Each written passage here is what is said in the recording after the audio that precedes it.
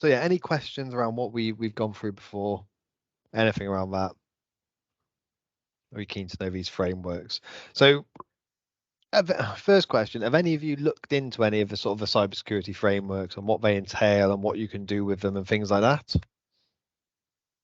No. No? Cool. Has anyone ever heard of Cyber Essentials before? Bob? Yeah.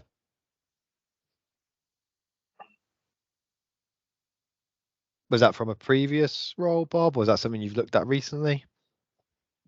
No, it was in a previous role. I was advising a small charity I was a trustee for, and we were asked to comply with various aspects of a framework for in order to bid for a contract.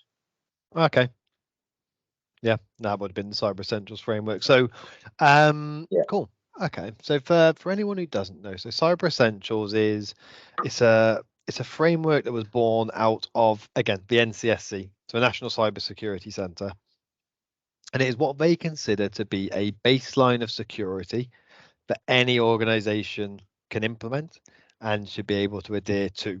So it's a self-assessment, Cyber Essentials, relatively low cost. So you're looking at, so if you're a micro organization, so up to 9 users, for example, you'd be looking at around about £350 to get the accreditation and to go through it.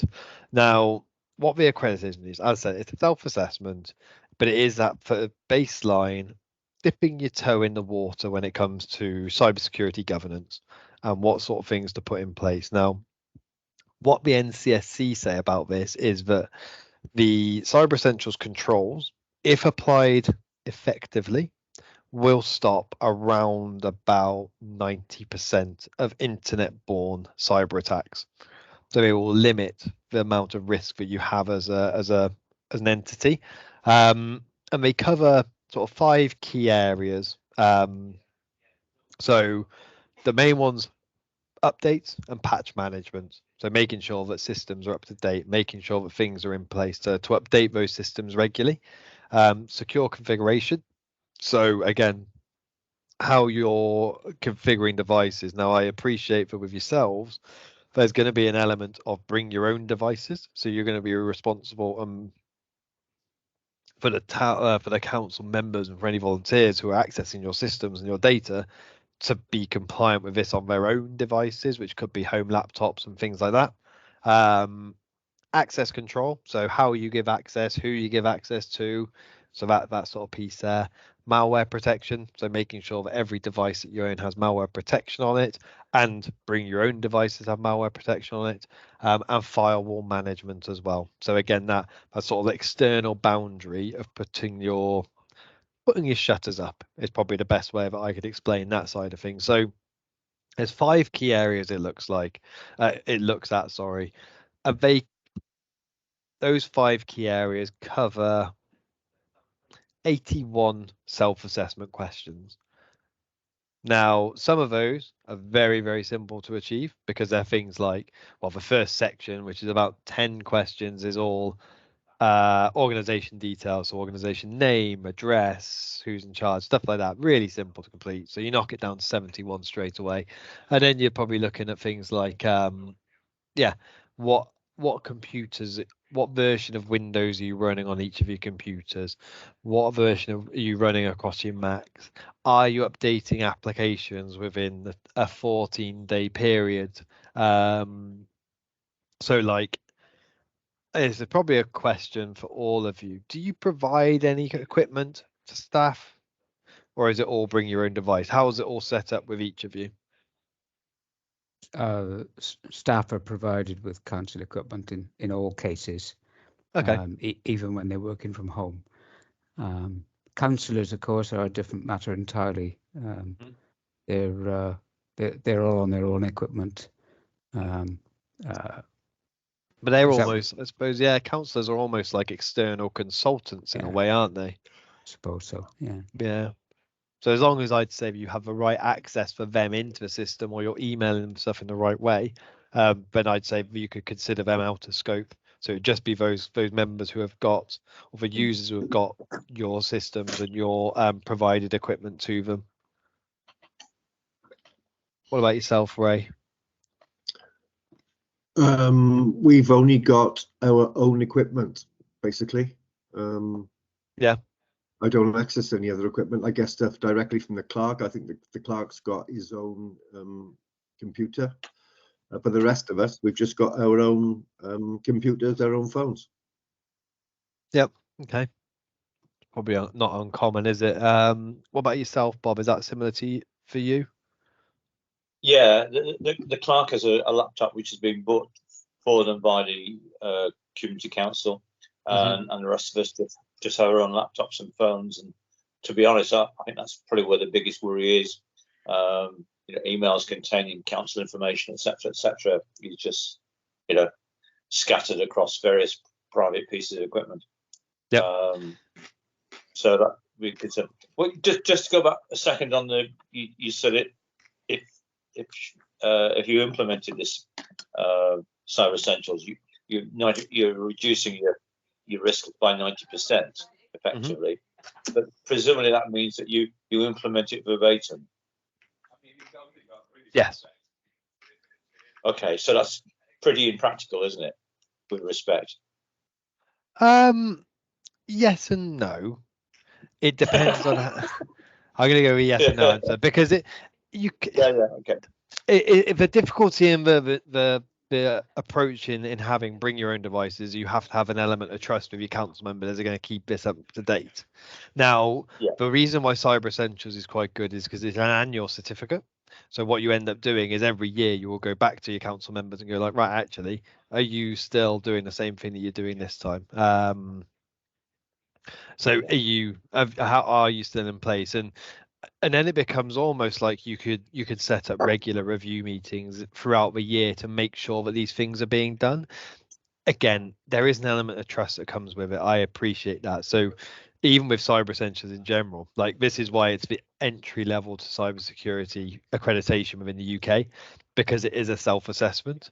Now, I know from experience that there's companies who go, yeah, we're doing that, and they're not. It is, we've had it before where, and I'll go on to Cyber Essentials Plus in a bit, because I think that's a really good accreditation to look at.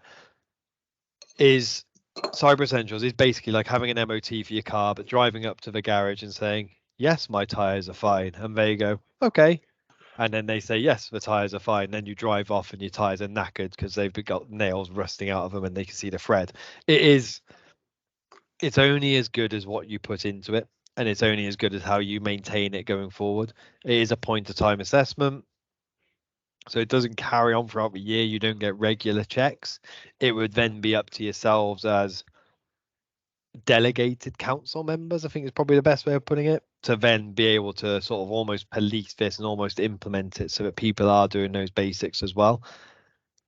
Does become difficult to bring your own devices. Go on, sorry, Ray. No, so it's self-assessment. Yep. Yeah.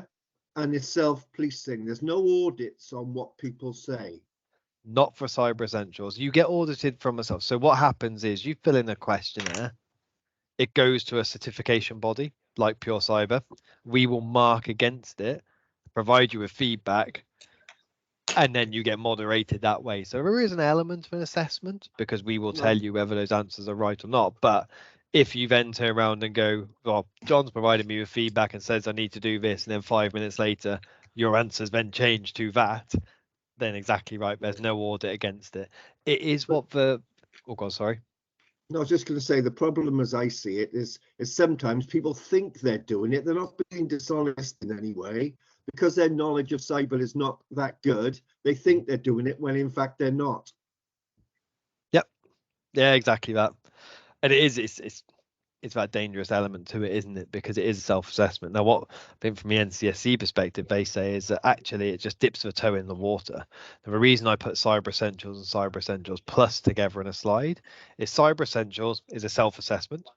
Cyber Essentials Plus is an audit against your Cyber Essentials answers.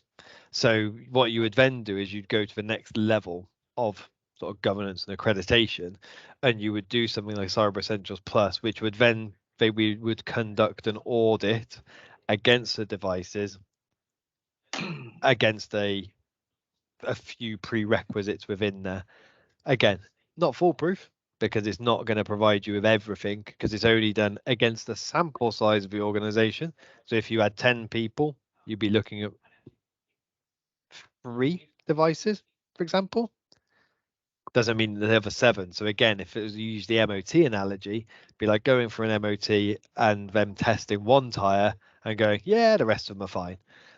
Because it's such a low cost exercise and a low cost certification to go through, this is why it's done at this sort of level. Because from the NCSC perspective, they want people to go and take this knowledge of this accreditation and then apply it themselves and learn more about it, so that everyone becomes upskilled within security, whether you are within the industry or whether you're not. I have some reservations around that, because I do think, like you said, and everyone's rightly said, if somebody says to you, I don't know, let's say for example you had an audit against your finance systems, and somebody said, or your financial audits, your bookkeeping audits, and somebody said, oh, this shouldn't be there, it should be there. You'd get a pen and you'd cross that out and you'd put it over there and you'd say, yeah, I've done that. But again, when you come around to do it again, you might not do it the same because somebody's told you to do it. Again, it's that element of parrot repeating what somebody said to you and then actually learning and taking it on board. But it is a great introduction to the industry and to put the basic controls in place. And I appreciate there's a caveat. Yeah, so the basic controls, John, in terms of cost, you're saying for someone like 9 or 10, it's about £350. And is that an annual cost? Yep. Yeah, okay. So for Cyber Essentials, that's the lowest level, would be 350, about £300, I'd say 350 for a micro organization. It goes up in increments, so you have micro, small, medium and large, and the cost increases, but the overall cost for Cyber Essentials never exceeds, I think it's £500 as an annual certificate, but that would be for a large organization with like 250 users plus. Cyber Essentials Plus, where the testing gets involved, you're probably looking at as a micro organization, and I can give you all some actual accurate facts and figures for this afterwards. You'd probably be looking at an additional £995 to 1,295, because there is an element of testing that goes along with it, which is where the cost comes in. Now, it's because you're getting somebody to actually go and do that more hardcore in-depth audit against it, where the cost increases. But it all depends on where you're starting from. Like I said earlier, if you're currently emailing documents and you then add a password to that email document and it's a free resource, then you're improving your cybersecurity. If you've got nothing at the moment, you look, right, well, actually, let's dip our toe in the water. Let's see what Cyber Essentials is like as a low-cost sort of introductory and see how we get on with it, see what kind of new processes we can put in place. It's a minimal cost for year 1. And then maybe you might look at it and go, well, actually, year 2, when we come to do our renewal, let's go one step more, let's go one step further. Let's look at Cyber Essentials Plus as an option to give us that audit. I mean, again, there's so many avenues you can go down with this stuff that could end up costing you hundreds of thousands of pounds for like huge systems and monitoring and all of this stuff. But actually, it's just about going that one step further. I always think is if you can improve one step every year, you're improving that one step every year. Oh, sorry, Edward. So Cyber Essentials, it ranges from £995 through to about 1,495 with ourselves. I can give you some actual accurate figures later on if you want. I don't get involved in any pricing or commercials. And who is the certifying body then? Who gives you the certificate or whatever you need? We do. So right. Conveniently enough. So there is a wider organization called IASME. So I'll give you a bit of context around this. NCSC and IASME have created this certificate package. And then they have delegate certification bodies who will then provide you with assistance guidance to then become Cyber Essentials Plus certified. We're one of those certification bodies. We've been doing it for 8 years now. So when the scheme was started is when my CEO started doing it. And it's just grown and grown and grown. I mean, IASME do wonderful things now with Cyber Essentials for the maritime industry. So if you wanted a boat to be Cyber Essentials certified, you can do that. Like I said, this is a low cost way of getting these basics in place to go, right, well, actually, this is what we want to do. And so bear in mind you've got that as an initial sort of introduction into it. So you have Cyber Essentials, you have Cyber Essentials Plus, which is an audit against Cyber Essentials. And then you can go about one step further. Again, same process. You have something called IASME, Cyber Assurance, and IASME level 1 and level 2. Works at a very similar level. You can't go for these accreditations without having Cyber Essentials. So it's building that ladder up. But these accreditations start to introduce things like risk assessment, supply chain management, vulnerability scanning, data protection, incident response. It's quite in depth. I mean, I don't know if any of you have ever come across sort of ISO 27001 in the past. Yeah. Very in depth, very technical in nature, and it's a lot of work and it's a big old cost to do it. IASME Cyber Assurance is a baby version of ISO 27001. So if you think of what IASME are trying to set out and what the NCSC are trying to set out, which is really good, you have Cyber Essentials. Cyber Essentials Plus is the next ladder up, and that's auditing against Cyber Essentials. Then you go one step up again. It's IASME level 1. And then IASME level 2 to audit against that. So, and then at the top, you go for like things like ISO 27001. So it's all this, like if you went year on year, so every year you improve that next level up within 4 years time. Appreciate that's a really, really utopian way of looking at things. In 4 years time, you would be at an IASME level 2 level. That being said, I don't know whether you'd ever need to get to that level, because if you could implement the basics, then that might be enough for what you've got. And this is where it comes back earlier to, as Peter said, it's all about that risk management. What level do you want to go to, and what resources you got available, and where can you go to, and what can you do? And I think something like Cyber Essentials is a great place to start. And it is easily accessible. You can download guides. You can see what it's like on that IASME website that Kiki's just put in the chat there, and you can see the guides. And if you need somebody to give you guidance to get through it, that's where a consultancy like ourselves can come in and help. Probably similar to what Bob did with his charity, kind of putting in like the basic steps and what you can do. I do appreciate the self-assessment is self-policed, but I appreciate that you're all honest people who would do things by the book and wouldn't try and cut any corners with it. I think the appeal for me with a small community council like ours with 12 councillors is that I'm going to go back and report on this meeting and prompt them to start thinking about it. But I think doing Cyber Essentials gets them all thinking about it and committing to actually checking their own self-awareness about cybersecurity, and that we come together maybe after about 6 weeks, 8 weeks, and do the self-assessment, and it introduces a level of protection that hitherto we haven't had, and that has to be a good thing. I totally agree with that, John, what the last speaker said. But the only thing I would add is, I would imagine some of our councillors have got so little knowledge that they may need some guidance even on the basic forms. And in terms of having someone in to assist, if we got you in terms of pounds, shillings and pence, how much would that cost?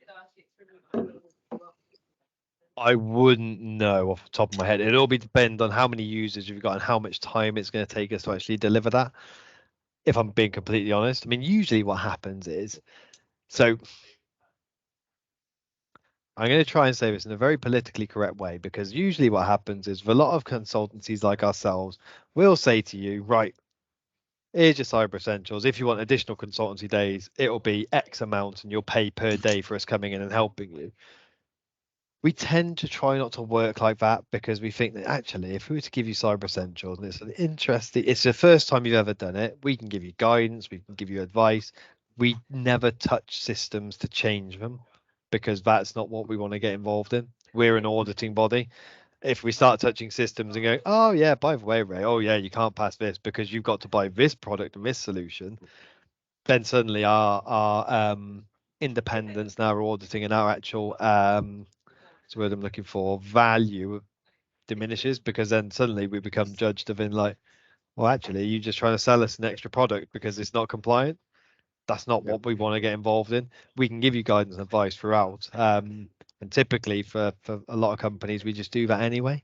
So if we can help companies to improve their security, then that's good for the organizations, but it's also good for us, because if something happens or if you need an additional service, you're going to kind of go, right, well, actually, let's go to somebody I know who helped me out last time, rather than somebody completely new. Exactly. From a commercial point of view, John, if you could help us out on the cheap, we're more likely to come back to you for the enhanced product later.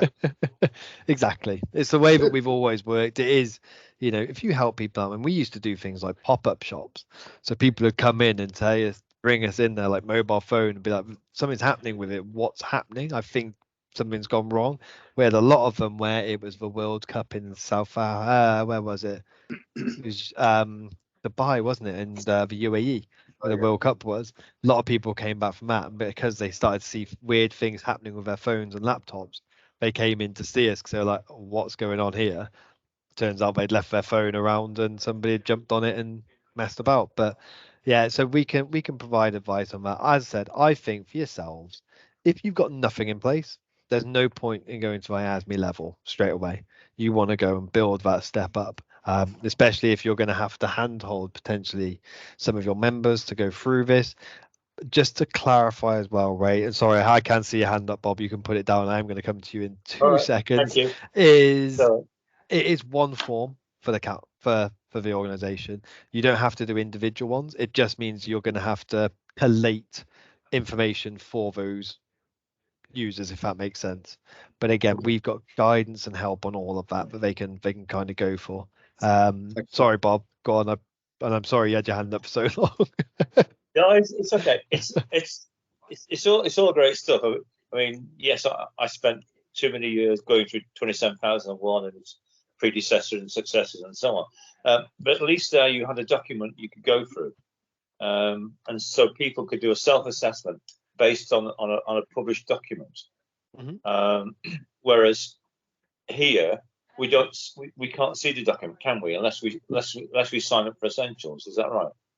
You can get it. So on that website for IASME, you can download the question set.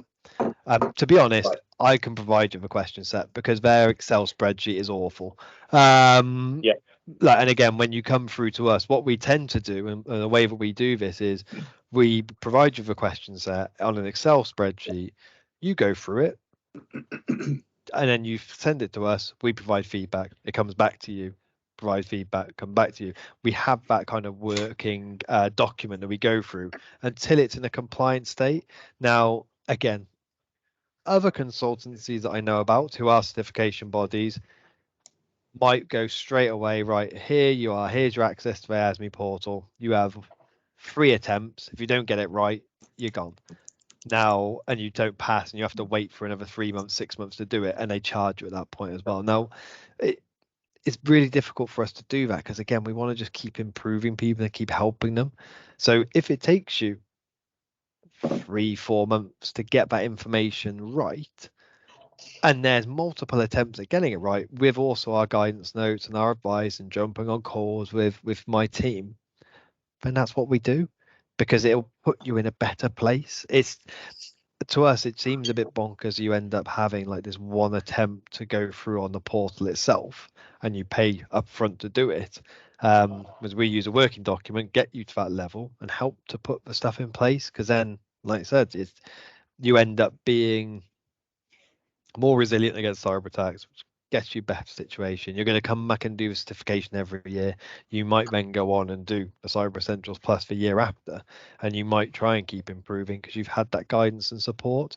I mean, in theory, everyone should be able to pass Cyber Essentials Plus because it is an audit against what's been written in Cyber Essentials. But for a dip in the toe in the water for the first year, that's what I'd look at as Cyber Essentials. Okay. So I mean, you know, could you download the question set and give that to us free of charge, or do we have to sign up for this £350 or whatever it is? No, I can give it to you free of charge. I can give you the link now if you want. Okay, good. Okay, because that would be a starting point, wouldn't it? Because if we can apply that, if we we can understand, well, I'm sure it's easy to follow. It should be common sense, etc., etc.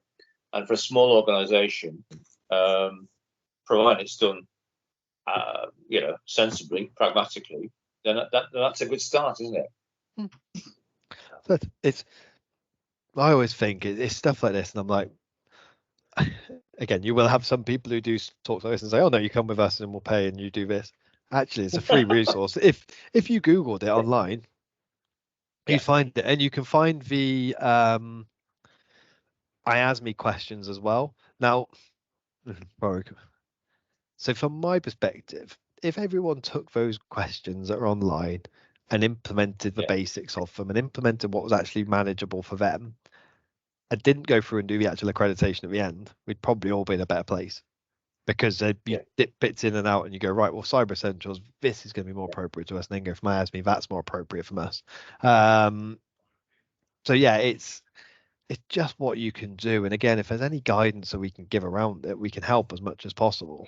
Obviously, at this stage, if I was to give you the self-assessment document questions without payment, I wouldn't be able to mark it and stuff like that, but I can give advice around it and I can kind of give you guidance. That's not a problem at all. That'd be really helpful, John. Yeah, it's fine. Thank you. Good. Thank you. It's yeah, I mean, like I said, because with this presentation, I'll kind of go on. So you go my admin level 2, and then you end up in the world of ISO. There's no way that you will go through ISO 27001 as a council at the moment. Being completely honest with what I know, and you wouldn't want to, and none of your members would want to, and it'd be red tape around bureaucracy, around paperwork that you just don't need. Because yeah, why would you? But something like Cyber Essentials as a starting point be a great thing to do. As I said, Cyber Essentials Plus, it is an increased cost. Everyone should be able to achieve it if they've done Cyber Essentials correctly. We have had it in the past where we finished the Cyber Essentials for a customer, and it comes on to what you were saying earlier, Ray, of being like, so we've done Cyber Essentials, and we said, right, we're going to start the Plus process today. And they go, oh, can you give us a couple of months? Like, well, clearly you haven't answered the Cyber Essentials correctly or accurately or honestly. So yeah, and I mean, we have had customers who've come through to Cyber Essentials Plus and actually they failed because they haven't been doing what they've done in Cyber Essentials. But that's John. In terms of me selling this to my colleagues, John, that's what I think will be helpful. If they can see an actual form, they'll know how much work is involved, and they might even do things themselves and then say, yes, we'll do it, rather than say we'll do something which they're perhaps a bit afraid of. Yep. And the first time you're doing anything like this is always going to be trickier, isn't it? It's about getting that buy-in. And if you go with something that's too much, same with any company, right? You know, if you put loads of security, it's like we said right at the start, you put all the security controls in place straight away, then you get bite back and you get people pushing back and saying, actually, no, I can't do that because it's affecting my day-to-day work. Again, if you go full on with accreditation and be like, right, we're going to put this process in, this process in, this process in, 9 times out of 10 people will go, nah, I'm going to bypass that by doing this, and I'll use my personal phone rather than using the corporate device. So I'll do this system or that system and I'll bypass that, because as humans, I think sometimes it's great, sometimes it's not. And I mean this in the nicest way. We are inherently lazy as a race because we will try and find the easiest, quickest and most effective way of sorting a problem out. If it takes longer, we can do it a quicker way, we'll do it a quicker way. Lazy is probably the bad word. Efficient is probably a better word.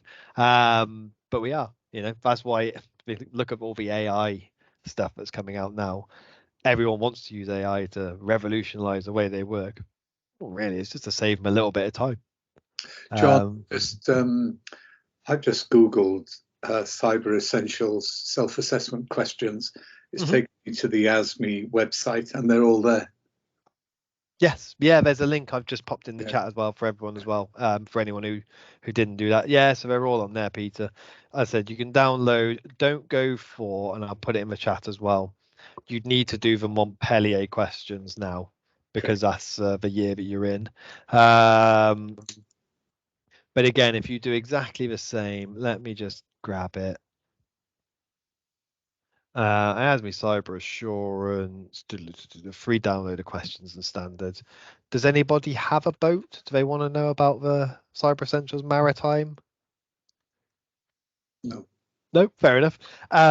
What might actually be quite interesting. So there is something as well which comes onto that smart city side of things as well.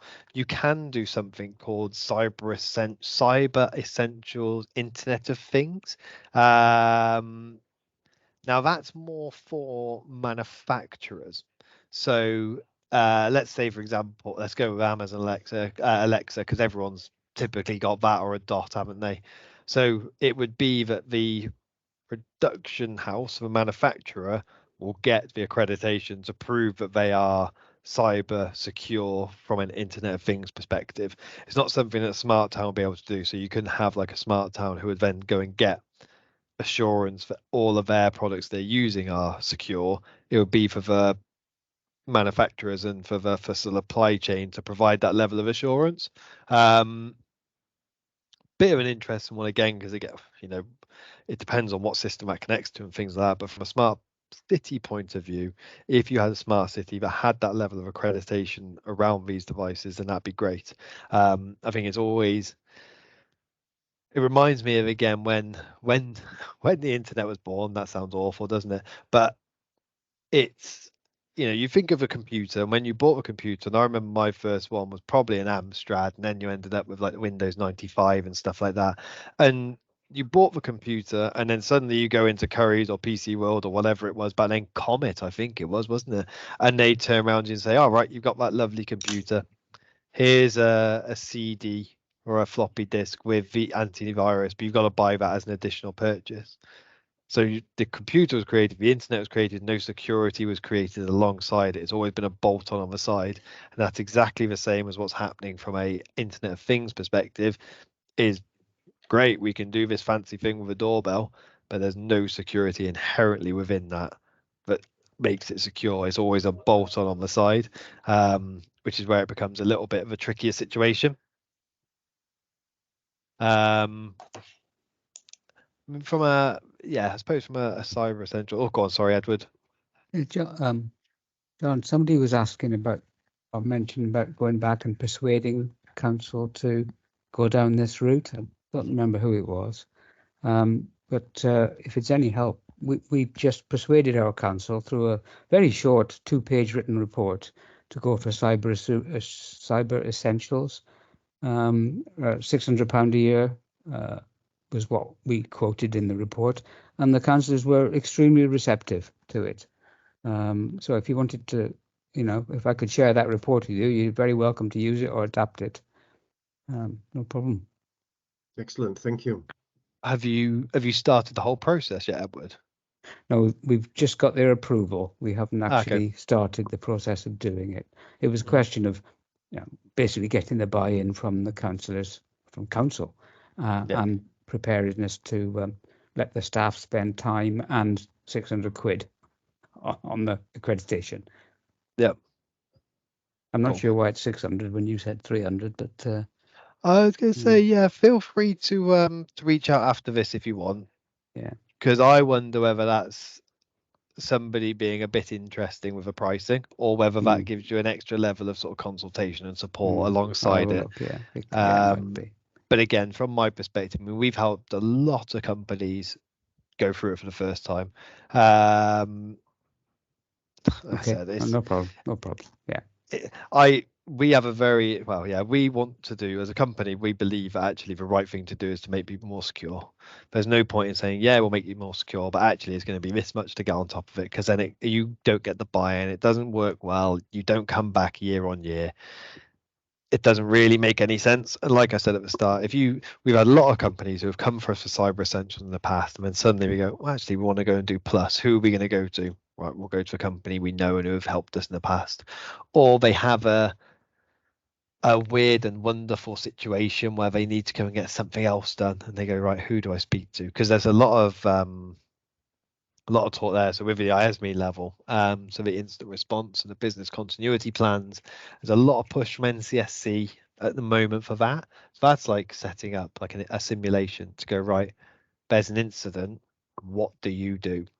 And having a plan in place. So I imagine if you've got any sort of physical premises, you might have this in place with like a fire alarm drill. Let's go for example, like fire alarm drills are notorious every week, right? Every quarter, let's do a fire alarm drill, get everyone out the building safe, make sure we know what the process is, make sure the fire marshals put their lovely high vis jackets on and lead everyone with an umbrella at the front of the queue. Exactly the same with an instant response process. We just pretend that there's been an incident from a security perspective. So if phishing email gets clicked on, email gets actioned, what do you do? Who do you call? Where's the call tree within all of that? It's something that more and more companies are doing.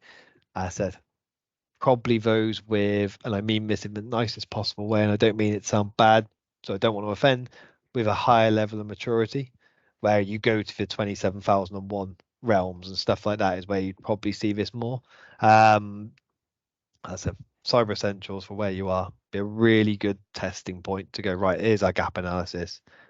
Let's see what we can do. John, if I could be cheeky, could I just ask Edward where he's from so I could contact him after this meeting?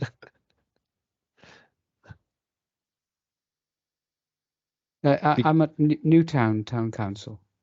Okay, thank you. Yeah, okay, no problems. I was going to say, it would have been hilarious then if Edward just cut out and left the chat and left the call and was like, no, you can't have it, Ray, sorry. Actually, the report we wrote, it was only a 2-pager. It's actually on our website. It's a report to council meeting. But if you ring me afterwards, then I can help direct you to it. Thank you. I mean, it's all that data that you hold, isn't it? Because there is going to be quite a lot of sensitive information. You're going to have some sort of personally identifiable information in there. Whichever size council you are, there's going to be something, even if it is a name and email address, that is now considered personally identifiable information. It's not of a level of having a passport leaked like we've seen with Leicester Council, but in terms of having some sort of data given out that, you know, from a GDPR perspective, somebody might turn around and say, right, where are you keeping my data? How long is it stored for? Because I think that's a question I haven't asked any of you yet, is do you have databases of members and volunteers and all of that in place?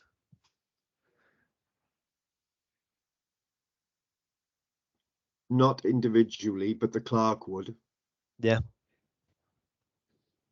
I imagine they pay for like membership fees and stuff through the clerk. Is that right? Yes. Yeah. Yes. Cool. So it's stuff like that, isn't it? I mean, even if it is, it doesn't have to be a sophisticated database with a portal on there, but even if it's an Excel spreadsheet, it's still there. It can still be got at if the unauthorized person was to get in. Like I said, I mean, the other frameworks you can go down is this route. That's going to be quite a lot for you as an organization. And then so carrying on from what you said earlier, Edward, so cyber insurance, what we've seen recently is sort of a minimum standard are things like patching, using multi-factor authentication, having an antivirus, backing up data, that's a key one, and protecting your email. So having some sort of email protection in place. They're what we'd consider the basics of what you'd have to have in place to have some sort of cyber insurance. But you would end up with probably higher premiums from that perspective as well, because it is the basics. So they want to protect themselves. So if you can add in the various levels of things like of a ASME level, where you talk about vulnerability scanning and penetration testing and all of these different elements, then your premiums come down. Then it comes a cost that actually your insurance, your level of protection would go up, your costs would go up, but then your premiums would come down. So it's that balancing act and a risk perspective from your side to go, actually, is this something that we need, or we take the higher premium with less protect, if that kind of makes sense. It's that balancing act there of finding that middle ground of what's going to work for yourselves. But yeah, it's an interesting situation to be in at the moment, because you have some insurers who just won't do it, and they're like, nah, and you have some insurers which will provide it. What I should include actually is with Cyber Essentials, which might be interesting for a few of you here. You can opt in for free cyber insurance.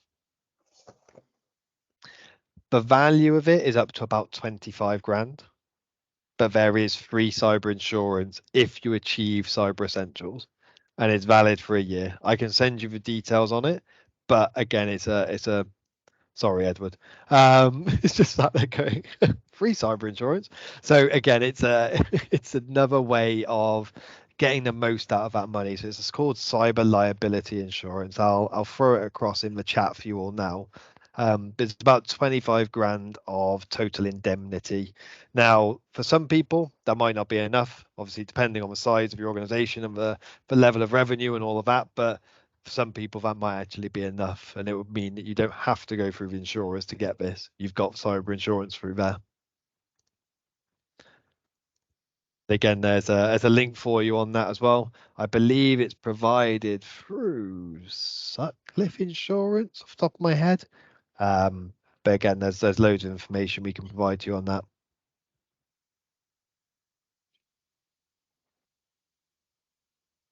Can I just ask, you've got on the suggestions there, use antivirus. Do you have any suggestions on how to pick the right one?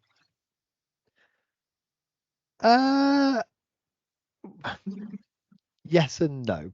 So again, this is all part of that being an auditor perspective. So we don't partner with anyone as a product provider, because then it removes our bias or our unbias around it. So antivirus, if you were to use, who's running a Windows laptop at the moment? Just show of hands. Yeah, cool. Anyone on a Mac? Cool. Your inbuilt antivirus, so Windows Defender and it's X Protect on a Mac, absolutely fine, and will get you through Cyber Essentials. As long as it's securely configured and set up in the right way, you are absolutely fine, and that will stop a lot of the internet attacks. You can go out and buy like things like ESET and McAfee, with that weird John McAfee who ended up in prison and getting transported to America. Lovely man. You can Norton, yeah, you can go and get all of these. Windows Defender is absolutely fine from a Cyber Essentials perspective, and X Protect. Obviously, the more you get and the more product you buy, the more you get with it. So you would end up with, like, say for example, Norton. You could purchase Norton and then get a VPN setup if anyone's ever come across a VPN in the past. So virtual private network means that you're all connected into one network rather than being across separate ones. So you could have all of your data within that virtual private network.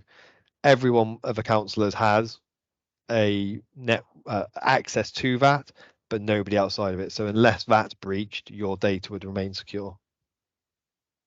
Again, extra levels, extra cost, extra stuff to put in place.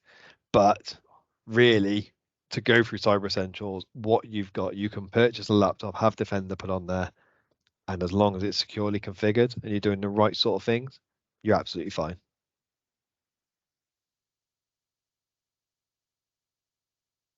Backing up a date. Oh, sorry.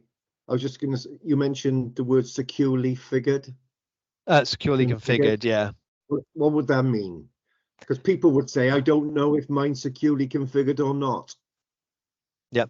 So again, we can do a verification on it, but as long as you're running the latest update and you don't share the access with everyone, then you're securely configured for it. You'd be absolutely fine. Typically with the antivirus that gets built into laptops, so X Protect and Defender now, it's built by Microsoft, and Microsoft, as long as you've got the auto updates on, you're going to be absolutely fine. Okay, thank you. The backing up of the data side of things is an interesting one. So, and again, I don't know how you do this at the moment. So, Edward, you said you were using 365. Microsoft has its own backup process within there. So you will automatically be getting updates in your 365 environment. There is a limit to that. And I always liken it to something like Northern Rock when the whole credit crunch happened, is that obviously everyone was queuing around the corners asking for all their money out the bank, and they were like, oh, we can't give you all of the money today, we'll give you £10. It's like, okay, cool. So the same thing would happen if Microsoft was to go completely down. Everyone will be queuing up going, right, can I get my data back? And they go, right, we can give you this bit, we can give you that bit. In all honesty, from where you are now, if Microsoft was to go down, there's bigger problems in the world, and that would be a minor thing that you couldn't get all of your data back because financial systems would be collapsing left, right, and center. So you're probably okay just using that at a moment. But again, if you were to grow to a point where you had loads of data sat within SharePoint and 365, there are extra solutions which will give you a segregated backup.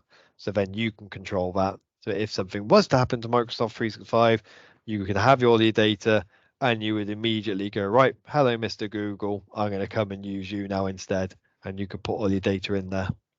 Again, probably an extra level as to what you need, but it's always worthwhile considering, because again, it depends on the criticality of your data and where it's at. You might want to just do a backup against hard drives every 2 months, so you've got something from 2 months previous. But again, all depends on what you've got, how you want to protect it, and what controls you've got as well. Well, there you go, 2 slides left. It's going all right. So again, like I said, it's just overcomplicating things. As a company, we do have subscription levels for people where we can help them and give them various levels of support. These are all on our website if you want to go and have a look. I would say to go to something like, so Foundations is what we provide for up to 30 users. It is the foundations of cybersecurity. So it puts in things like your patching and things like that, so we can help out with all of those elements. It comes out about 30, I think it's £30 a user, but I can put the links in the chat for you to have a little look at them. And it is those foundations that you want to be putting in place. So it gives you access to an education portal that you could give to all your council members to say, look, this is what we're going to do. We can do phishing simulations, so pretend to target people with phishing attacks. There's loads of stuff we can do with that. Core is where we see probably organizations from like a 30 to whatever it could be staff level, but that's where you start bringing in all of these wider services. So we'd monitor your Microsoft 365 for anomalous access. You'd have penetration testing once a year against your websites, your external infrastructure. Your vulnerability scans will be done. There's probably a lot in there that you wouldn't need. Again, being completely open and honest. And then Total is where we have a SOC solution, so a secure operations center where we monitor networks and systems 24/7, 365 days of a year for anyone to try and get access to. That will be way out of your remit and what you need at the moment. Again, just based on our conversations today, not making any assumptions. If any of you want to come to us for a SOC, you can do, but I would say that's going to be way above the level that you need to go to for the time being. Something like Foundations might be worthwhile because you get that education piece around it. And again, we could also monitor the 365 environment.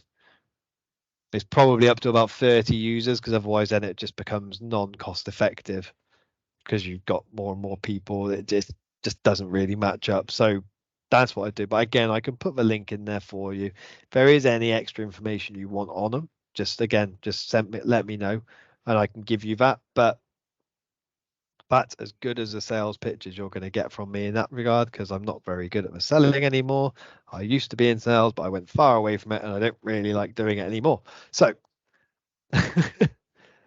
here's all of our contact details. You've got mine as well. I'll put the link in there now for our subscriptions, so you can have a little look at them.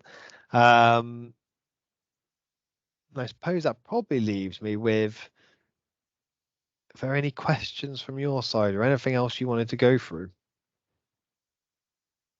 I appreciate it's been a whirlwind of information, and especially the last probably hour has been quite a lot to take in terms of what we can do. But any questions, thoughts, feelings?